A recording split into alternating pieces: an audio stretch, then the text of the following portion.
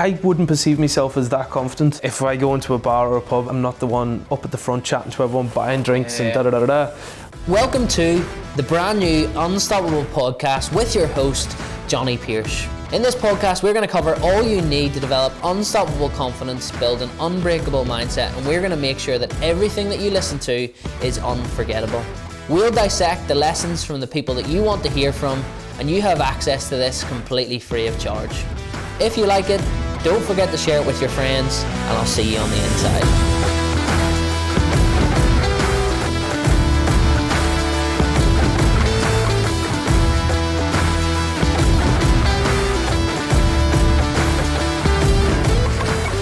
We are back with another episode of the Unstoppable podcast, and it's an absolute pleasure to have with us today Mr. Nathan Carter. And for those of you who don't know, Nathan, can you introduce yourself and tell us a little bit about what you do?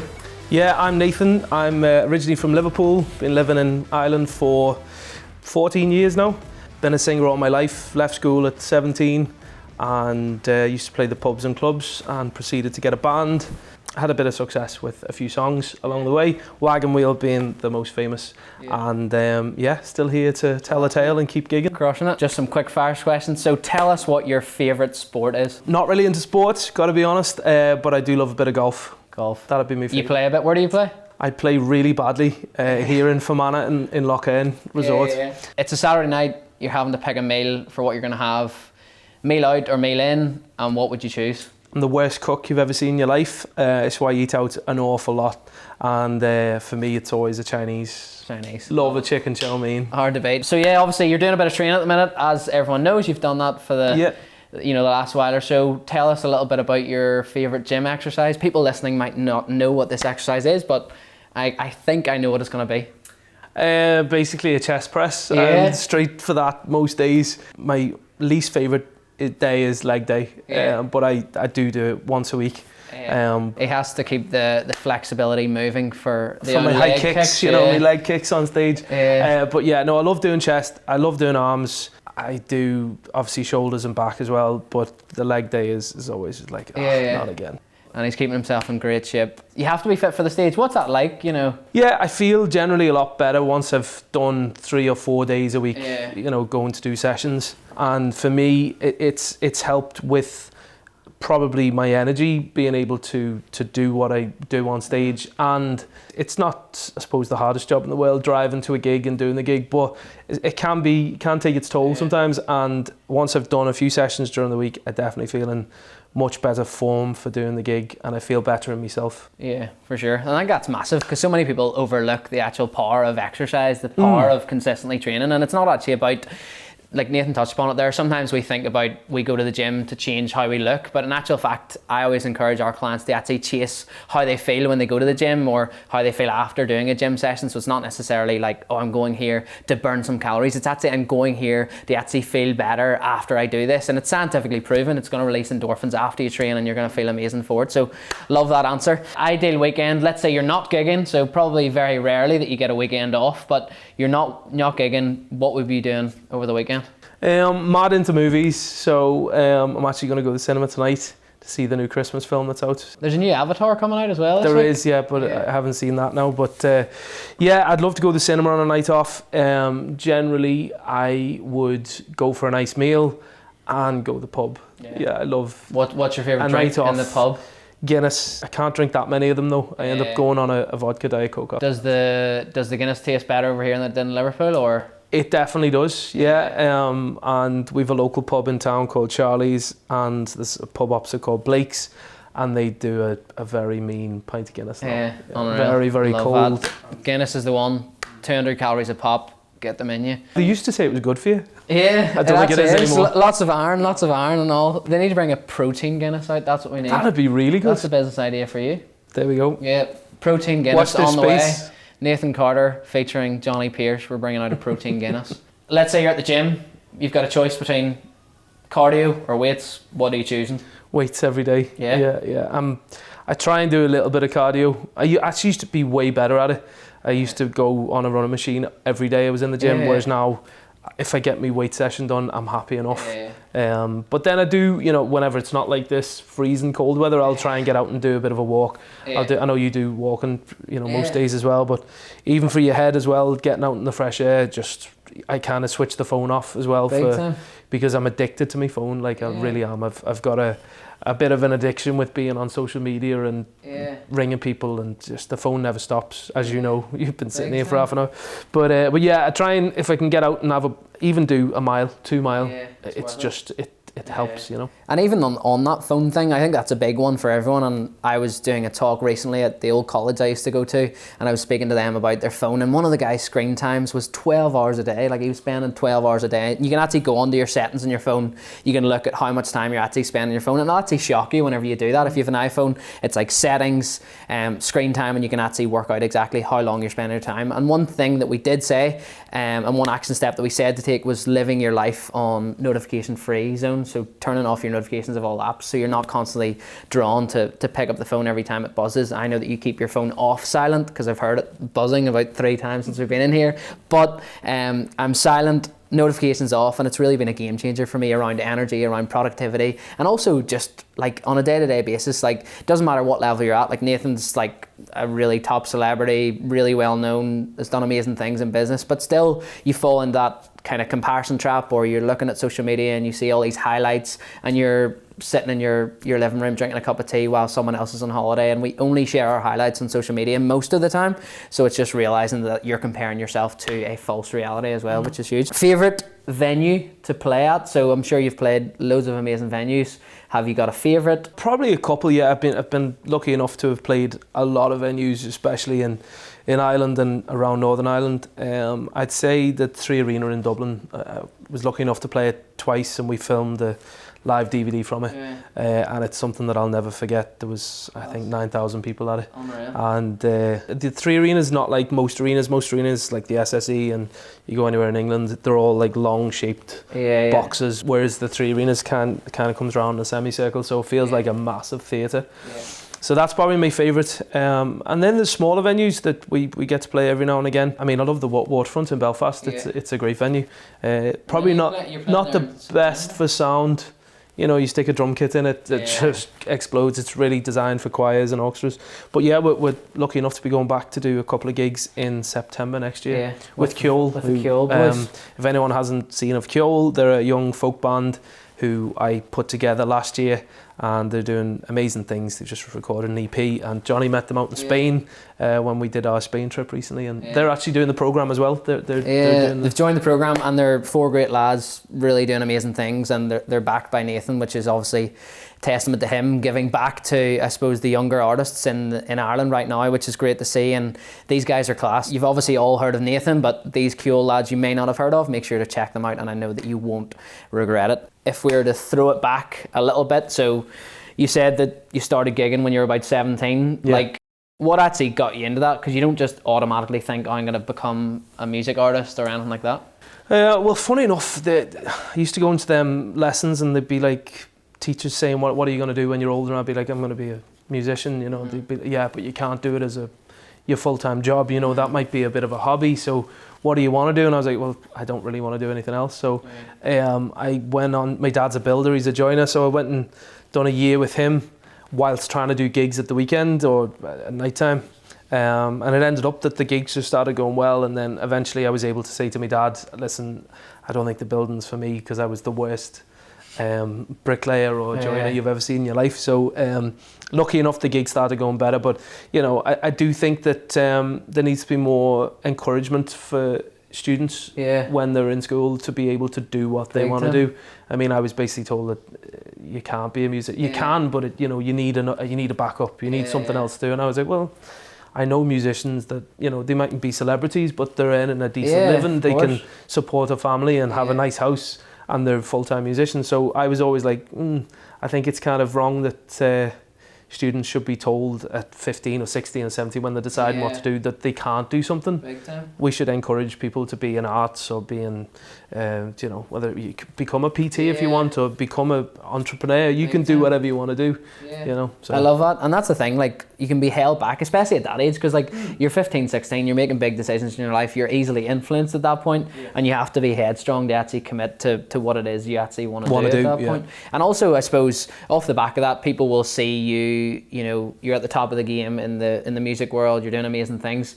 People would see that and look at that and think, oh, he's been an overnight success. So for you, has there ever been a moment where you've been like, yes, this is going to be my full-time thing? Or has there been any big challenges along the way that have really held you back from believing that it's essentially possible? Well, I can't lie. The first couple of years that I put the band on the road in Ireland, we played gigs and played to 20 people, 30 people, and you'd come off stage and you'd be really, I don't know, disheartened by the whole thing. And I know a lot of musicians have been through that, and singers, that you have good nights and you have bad nights. But thankfully we were able to sustain it, and, you know, financially it got slightly better and we could afford to pay the band. There was nights that we just didn't have the money to pay everyone, you know. So thankfully it did kind of improve, and we stuck at it. And I guess with any business, it's persistence is key, you know, and adapting and trying new things. If something isn't working, you adapt and you do it differently. Hopefully that works. If it doesn't, you keep adapting and you keep trying, and it'll eventually, something will click and something will move you forward. Yeah, because it's so easy to give up at that point. Whenever you went and played a gig and there's 20 people there, it would be easy to you just to be like, oh, you know, this isn't working for me, this isn't going to be, you know, something I'll pursue full time. But it's actually having the commitment and the resilience. Resilience is a big one, like actually being resilient and knowing that every time you have a setback, and normally whenever you have a breakdown, it's normally actually a breakthrough, and you can actually, you know, with your biggest breakdowns, you'll have your biggest breakthroughs, and you'll realize, right, well, this is what the route I'm going to go down, or I'm going to bring out this song and maybe it'll attract a different audience and stuff like that, which is absolutely huge. And I think, you know, I suppose off the back of all your success, all the amazing things that we've been able to do, has there ever been a standout moment that's like, this is the proudest moment, or a collection of moments, or is it just kind of everything as a whole? Do you ever spend time actually reflecting as to how far you've came? Probably one of my down points really is the fact that I never really look back at stuff. I'm always concentrating on the next thing and the next goal, because John Farry, who actually has managed me for many years, he's always like, you don't look like you're enjoying some of the stuff we're doing, you know. And I'm like, well, you know, it could be better, and we should be doing more, and we should be doing. Whereas he's like, would you need to sit back sometimes and just look back at what we've achieved, and that was good, and, you know, you had a really good night there, and that album went to #1, or the, you know, chart success there. But I don't know, it's probably one of my downfalls. I'm just always striving for the next thing, and I always feel that I'm not doing enough. I need to be doing more and pushing, which has always been in me. So, and I think there's a lot of people who are driven like that in business, you know, or in whatever career you're in. And I actually think that can be seen as a strength or a weakness, because the strength element is that it's actually driving you forward and you're constantly striving for more. But equally, it's a weakness, because every time you set a new goal and you achieve it, then the goalposts move again, and it's right, what's next? And we've all done it. Like, I suppose for me, it was like, I always thought, oh, I want to have this dream car, and I want to get to this point where I have this car. And then you get the car and you ask yourself, right, well, what's next for me? I know. And you're constantly saying, what's next? And it's crazy how you think that, but it is just the goalpost move. The same with your fitness journey. You'll get to a certain level in your fitness, and then you'll be like, right, well, what's the next thing for me? And it's good because it actually stretches your vision and actually keeps you going, because the moment that you actually stay consistent and you maintain something is the moment you're probably going to take the foot off the gas, and you're probably going to move backwards. So it is like, it can be seen as a positive and negative. With regards to personal stuff, you've just moved house. We're sitting in it right now. Lovely house. How do you manage to juggle like the personal stuff alongside, you know, being on the road, doing all these different things? Because it must be hard to actually have a personal life because you're always in the public eye. Yeah, I mean, this year especially has been really different to the previous couple of years, because we had COVID, and we had and anyone that was involved in our line of work was completely redundant for like 2 years. We had nothing going on, which was a massive change from me, for going at 1,000,000 miles an hour, doing gigs and interviews and recording and releasing albums and releasing singles and traveling. So I kind of enjoyed the time off a lot, but I was still a bit mixed up with like, okay, well, this is all completely changed. What am I meant to be doing with my life, my career, you know? But it all came to a standstill. And whereas now we're back going full steam ahead. We've just done a tour of America, England, Scotland, and we're back in Ireland now for a while. Then we go back to the UK again to do England, Scotland again. I love being on tour and I love being busy. I have to be busy just for my own mental health. You know, it just drives me on. But I suppose to answer your question, I don't know. I just slot the personal stuff in between gigs, and like I the day I got back from America, I moved into this house, which was mental because I'd had like 2 hours kip and was moving house, but it had to be done then because we were going to Scotland the week after. So it's just, you just fit it all around, but it's kind of a crazy lifestyle. I'm lucky enough I don't have any children, I'm not married, so I can do that right now.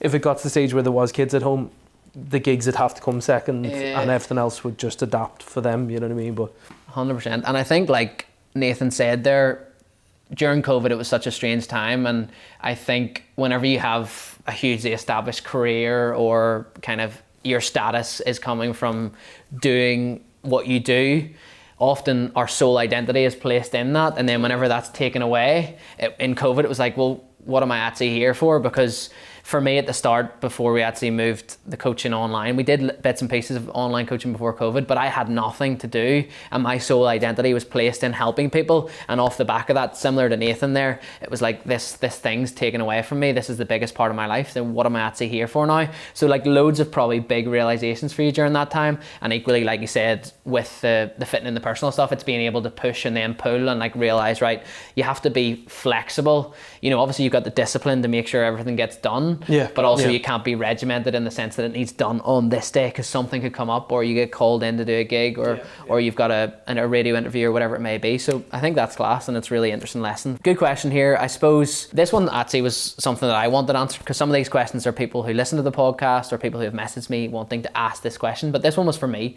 What's a common misconception that people will have about someone who's in the limelight? Or, you know, I don't know if you would call yourself a celebrity, but I would say that you're a celebrity. So being a celebrity in the limelight, what's a common misconception? Don't know if there's a common one. I do find that people develop an opinion of you without meeting you, which is quite strange, I find. And I've been guilty of that as well.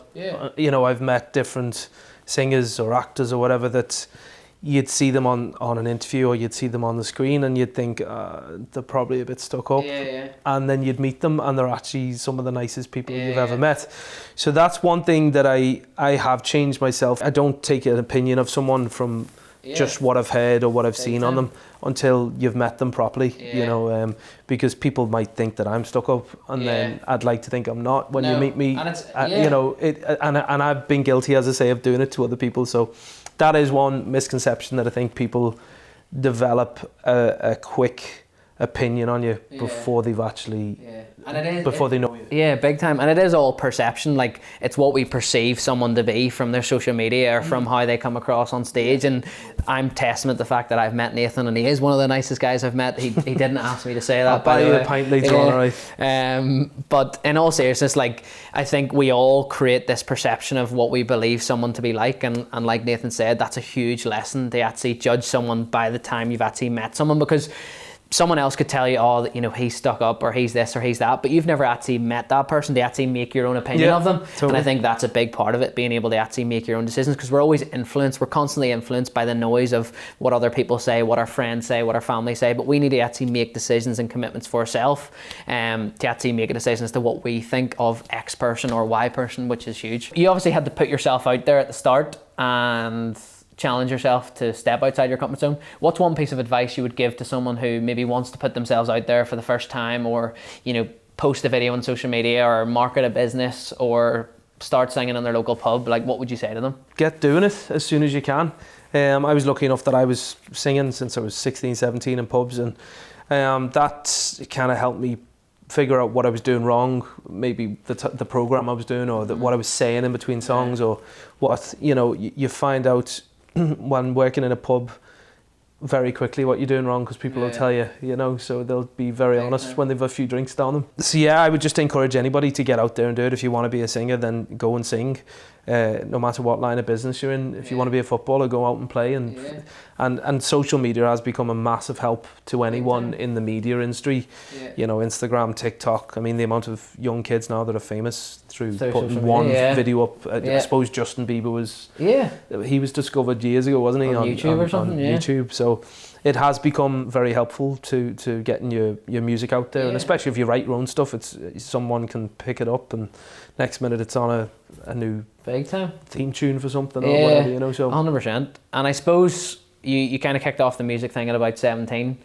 If we were to rewind back and you were able to give one piece of advice to the 17-year-old Nathan Carter, what would you tell him? Wow, that's a good question. I would probably tell him to not be influenced as much by other people and go with your own instinct. Because I'd like to think I do have a good enough instinct generally for stuff, whereas you can take on negative opinions very easily, and it sways you, you know. I suppose social media's massively, that really affects me, because you go looking through comments stupidly sometimes, and it could be one negative comment out of 100, and you only remember the positives. So we're all guilty of that, you know. And I suppose with me being, you know, with a decent following on Facebook and stuff, there's more chance of that happening. But it does happen. You just take the negatives on board more than the positives. Big time, and that's a massive lesson. Like, I remember, I think it was in 2018, I had won this award, and it was for like Breakthrough Personal Trainer of the Year. I had just started out, it was like my first year of coaching, and I was getting hundreds and hundreds of positive comments, everyone saying that I was great. And then I actually had one negative person who was putting like Facebook statuses up about me, and they were kind of slandering my name and all these different things, and that really hurt me, that one comment. And you just focus on that one comment, and it's crazy that even someone, you know, who's been doing this for so many years can still fall victim to that. And it's just realizing, and also, like, if you're watching this and you are the person posting the negative comments, it is just realizing, right, well, is there any need for this? Or, you know, do I actually want to make this person feel in a negative mood off the back of something I've said on social media? There's so many keyboard warriors, and I think we need to actually consider what we're now saying on social media, because it has a detrimental effect. Especially, you know, it's different for maybe me and Nathan, but like young people in their early teens or whatever are now on social media, and they're getting all this hate, and it's really unfortunate, because it's having a detrimental effect to their mental health as well, which is huge. Obviously, a lot of people have kind of probably followed your fitness journey recently. They've seen that you've been training, you post a little bit about the gym and stuff like that. If you were to have any advice around someone starting a fitness journey, what would you tell them? I'd probably say that don't expect results overnight. It's not going to be, you know, a quick process. Your body changes so much, and you can do the same exercise too much. You need to change it up every now and again to obviously work different muscles and all that type of stuff. But I go through phases of binge eating, and then I'll end up a bit heavier, and then I can try and control it again with a bit more healthy eating. But I would say don't be expecting too much of yourself to happen very quickly. It's a long journey we're all on, and I guess it's a case of trying to stay fit, stay mentally in a good place. Like, the gym isn't your enemy. It's there as to help you. You know what I mean? You should be looking forward to going to the gym rather than having to think, oh God, I've got to go and do this again. Like, I feel way better now. Whereas if you had have spoken to me 2 years ago, I was like, oh, I've got to go to the gym. I hate this. Whereas now I actually enjoy going to the gym. I follow the program sometimes, and I'm like, I'm going to enjoy today. You know what I mean? I'm looking forward to this. And you feel so good afterwards. And as I say, it kind of sets me up for the whole day. And if I've got a gig that night, I feel in great form for doing it. Yeah. And like Nathan says, like, fitness needs to complement your life as opposed to complicate it. Yeah. And like, you don't want to have to say, oh, I don't want to be going to the gym today. You know, you want to be able to go and enjoy it and 100%. Take the most from it, and it's going to benefit everything else that's going on in your day because you've done that session. 100%. So, there's a dog here to see us. There's Lenny. That's Jake's dog. He'll be looking royalties for being on this. Yeah. Lenny, does Lenny have an Instagram? He does. Lenny the Cavapoo. Lenny the Cavapoo, there we go. We'll get him on the Instagram. Hey Lenny. Hi Len. Head tilt. We'll let him in there. You can do if you want. Come on then. Hello, Lenny. Do you smell Bruno? Hello Len. Hello. Hello. Go and sit by the fire. Come on. So you would be someone that I perceive, and we spoke about perception earlier, so this is my perception of what I believe Nathan Carter to be, as someone who's incredibly confident. Is there anything that you've done in particular that's really helped you develop your confidence, or is that kind of just developed over time? You see, I wouldn't perceive myself as that confident. If I go into a bar or a pub, I'm not the one like up at the front chatting to everyone, buying drinks and da-da-da-da-da. I'd normally be in the side room just having a quiet drink. But then that has to change whenever you're on stage. Obviously, you have a different persona and you have to be, you're entertaining, people have paid to come and see you, so you have to have that. But, I think, as you say, perception again, you're not always going to be that person. You do have a quieter side as well, which is different. But is there something that's helped me bring it on? I think just the fact of gigging so much and trying to hone your craft and know how to work an audience. And once you've done it a number of times and it's gone well and you've had good gigs, then you kind of feel more at ease going on stage and you don't feel as stressed or as anxious about the whole thing, but yeah, I think just the fact of doing it time and time again has helped me for sure. Yeah, big time. And I think that's a big one, is it's almost like that alter ego thing. Like when Nathan goes on stage, it's not the Nathan Carter that we're maybe speaking to today, it's the entertainer, it's the performer, it's the music star. And it's like, I think it was Beyonce had like she called herself like Sasha Fierce and Beyonce or something. Yeah. And it was like having that kind of different version of yourself that goes on stage. So like when Nathan comes home and he's playing with his brother's dog, he's not going to be the entertainer that we kind of maybe see on stage. No, that's true. I haven't got a stage name yet. I must develop one. See how we get on. Stage name, that's going to be coming off this podcast. There's going to be a new Nathan Carter in town. Self-doubt is something that I think holds a lot of people back from success. First question would be, do you ever doubt yourself? And if you do, how do you cope with that, or how do you overcome that? Yeah, I mean, I'm a Gemini, so I generally have like a yes and a no person in my head all the time. They call Gemini people the twins. I don't really necessarily follow any of that stuff, but I do kind of believe in that bit, because I go and try and make a decision and it'd be like, yeah, do that, and then it's in the back of my head it's like, no, that's a real bad decision, and then I'm like, no, it'll be absolutely fine, no, don't do it, but I have a lot of doubts in my head, but generally 9 times out of 10 I'd like to think I make the right decisions in business and in personal life and in just day-to-day stuff that I do. But self-doubt, it can attack a lot of people, and they end up doubting a lot of the stuff that they do, and they become trapped sometimes because they don't have the confidence to believe in themselves, really, I suppose, But no, I'm lucky enough that my little no man, he gets put on the background. He gets pushed to the back most of the time, Love that. I suppose it's sometimes hard to pinpoint with this one, but has there ever been a piece of advice like that you would say this is the best piece of advice that someone's ever given me, or there's ever a standout piece of advice that you can remember, or from anyone in particular, or have you any trusted advisors in your life that kind of advise you on a lot of stuff or anything like that? My dad's been a really good help in business, really, because I'm involved in property as well as the music industry, and I've tried to invest anything that I've earned through the years into property. And he's obviously, I grew up with him being a builder, and he still does jobs now, and he's been a huge help to me. And I would ask him, I suppose, about the music business as well, just about life decisions. He's been there and done it, and he's twice my age, so well, he's not. He's going to kill me for saying that. He's 57 or 58, and I'm 32, so he's nearly twice my age. So yeah, he's been a good help. And then I had one last week. I was going in to put a bet on, and I would have a bet every now and again on horses, and went into the bookies and was coming out, and anyway came second, lost.